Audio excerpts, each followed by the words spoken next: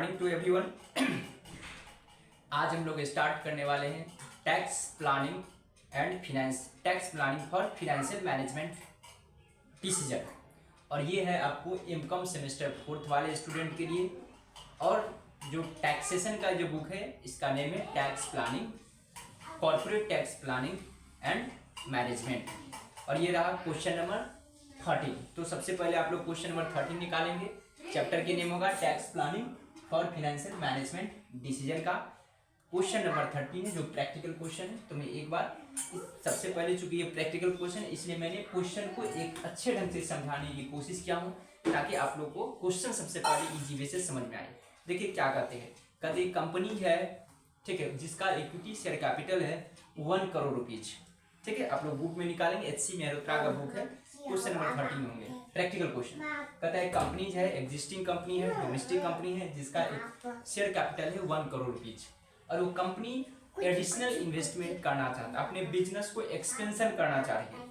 Expansion करने के लिए उसे एडिशनल 80 लाख रुपया कैपिटल की रिक्वायरमेंट, जो मैंने लिख दिया, एडिशनल कितना 80 लाख रुपया उसे एडिशनल कैपिटल की रिक्वायरमेंट है। ठीक है, यहाँ तक आप लोग समझ रहे होंगे। जिसमें कहता है उसके पास ऑप्शन है, या तो 80 लाख रुपया इशू कर दे टोटल शेयर कैपिटल के रूप में, पहली बात। दूसरा कह रखा है, दूसरा प्लान ये है, ये फर्स्ट प्लान हो गया। सेकेंड ऑप्शन में ये कहता है 20 लाख 11% डिवेंचर इशू कर दे, या कहता है 20 लाख 18% से वो बोरोइंग कर ले और रिमेनिंग कहता है शेयर कैपिटल इशू कर ले। इसका मतलब 20 हो गया 40 लाख, और रिमेनिंग आपको बचा कितना 40 लाख। तो इस 40 लाख रुपया में वो क्या करेगा, शेयर कैपिटल इशू कर देगा। तीसरा प्लान ये है कि वो कहता है वो या तो 11% 50 लाख रुपया का डिवेंचर इशू कर दे, या रिमेनिंग जो बचा वो इक्विटी शेयर होल्डर को इशू कर दे। यानी कि इसका मतलब रिमेनिंग कितना बचेगा 80 लाख में 30 लाख रुपया। तो ये 30 लाख रुपया क्या करेगा, शेयर कैपिटल को इश्यू कर देगा। मैंने इस क्वेश्चन को डिस्क्राइब करके लिखा हूं ताकि आप लोग को समझ में आ जाएगा। ठीक है, और क्वेश्चन आप लोग पढ़ लेंगे। यहाँ पे क्वेश्चन है 30 नंबर में, ये क्वेश्चन है। तो आप लोग देखेंगे, मैं एक बार ऑन कैमरा देख ले रहा हूँ क्या आप लोग को दिखाई दे रहा है या नहीं। तो चलता हूँ अब मैं क्वेश्चन को सॉल्व करने के लिए। ठीक है, तो यहाँ पे आपको ये बताना है कि इनमें से कौन सा ऑप्शन है जो कंपनी को एडॉप्ट करनी चाहिए। ठीक है, और वाई, तो जिसका रेट ऑफ रिटर्न ज़्यादा होगा वो कंपनी को इशू मतलब कि एडॉप्ट करनी चाहिए। ठीक है, तो यहाँ पे देखेंगे सबसे पहले होगा रिटर्न ऑन कैपिटल। ठीक है, तो 1 करोड़ रुपया उसके पास ऑलरेडी था और 80 करोड़ रुपया क्या किया उन्होंने इशू कर दिया। तो 1.80 करोड़ हो गया, मतलब 1 करोड़ 80 लाख रुपया अब उसके पास हो जाएंगे। तो उस पे निकाला जाएगा कितना, रेट ऑफ रिटर्न दिया हुआ 30%। ठीक है, 30%, तो कितना होगा 18 या 54, 54 लाख, 54 लाख, 54 लाख। ठीक है, और 54 लाख। ठीक है, अब इसमें से लेस किया जाएगा इंटरेस्ट ऑन क्या है, पहला 11% डिवेंचर, 11% डिवेंचर है। ठीक है, उसके बाद क्या है 18% है बोरोइंग है। ठीक है, तो पहला में तो कुछ नहीं है इसलिए नील होगा। अब देखेंगे दूसरा में 20 लाख है, तो 20 लाख का 11% कितना होगा, 11 दूना 22, यानी कि 2,20,000 ये हो जाएगा। और इसमें भी 11% है, 50 लाख के 11%, 11×5 55, 5,50,000। ठीक है, आई होप कि आप लोगों को समझ में आ रहा है। उसके बाद बोरोइंग है आपको सिर्फ सेकेंड प्लान में। ठीक है, इसमें नहीं है और इसमें भी नहीं है। तो बोरोइंग कितना है यहाँ पे 20 लाख, 20 लाख का 18%, 18×36, 3,60,000।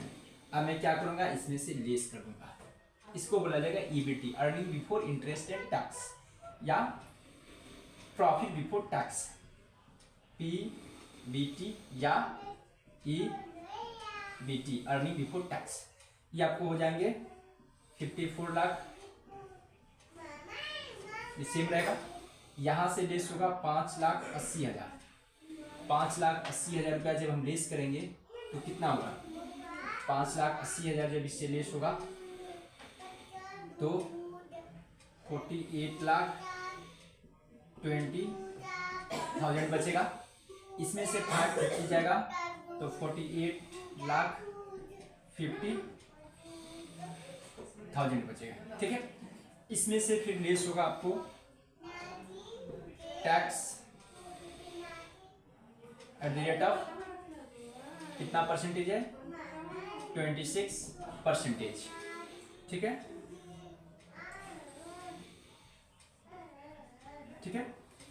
तो 26% से टैक्स को मैं लेस कर दे रहा हूं, तो 54 lakh into 0.26 is equal to हो जाएगा 14,04,000। एक बार मैं ऑन कैमरा देख ले रहा हूँ, क्या आप लोग तक क्लियर दिखाई दे रहा है, ठीक है, ओके। आप लोग, आई होप कि आप लोग क्लियर देख पा रहे होंगे। उसके बाद 48 लाख का निकाला जाएगा, 48,20,000 इंटू 0.26 इज इक्वल टू 12,53,200, 12,53,200।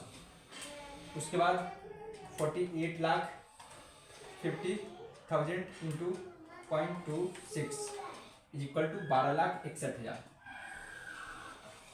12,61,000, ठीक है। तो 12,61,000 माइनस 48,50,000, ये हो जाएगा आपको 35,89,000, ये हो जाएगा। इसमें से होगा आपको 40,20,000 माइनस 125,3200 इज इक्वल टू होगा 35,66,800, ठीक है। और इसमें से 54 लाख माइनस 1,404 इतना इक्वल टू 39,96,000, ठीक है। ये आपको आ गया PAT, profit for equity share. अब निकाला जाएगा rate of return, rate of return is equal to क्या होगा, PAT into 100 upon share capital. तो देखेंगे यहाँ पे क्या होगा, ये फॉर्मूला होगा 39,96,000 इंटू 100, ठीक है, अपॉन यहाँ पर टोटल का टोटल 1,80,00,000 होगा, ठीक है। यहाँ पे ये होगा 35,66,800 इंटू 100 अपॉन, चूंकि यहाँ पर देखेंगे शेयर कैपिटल को ऐड करना, तो 1 करोड़ ऑलरेडी था और 40,000 और इशू किया, तो 1,40,000 हुआ, 1,40,00,000, ठीक है।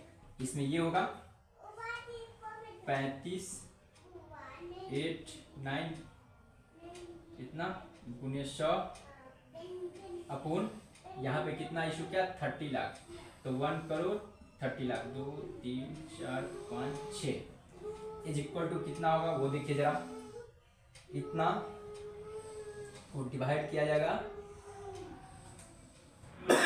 1840, ये हो जाएगा 22 22.2%। एक बार मैं आंसर देख ले रहा हूँ, क्या इतना आंसर आ रहा है? तो ठीक है, एकदम आ गया पहला का।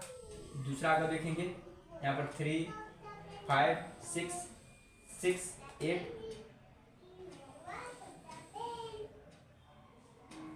पर 0 डिवाइड होगा 1, 4, 1, 2, ये हो जाएगा 25.47। तो 48 में बोलूँगा 45.48%। ओके, आई होप कि आप लोग समझ पा रहे हैं, एकदम देखिए क्लीन है। उसके बाद है 3, 5, 8, 9 000 अपॉन 1, 3 अपॉन 1, सॉरी ये आपको हुआ 3, 5,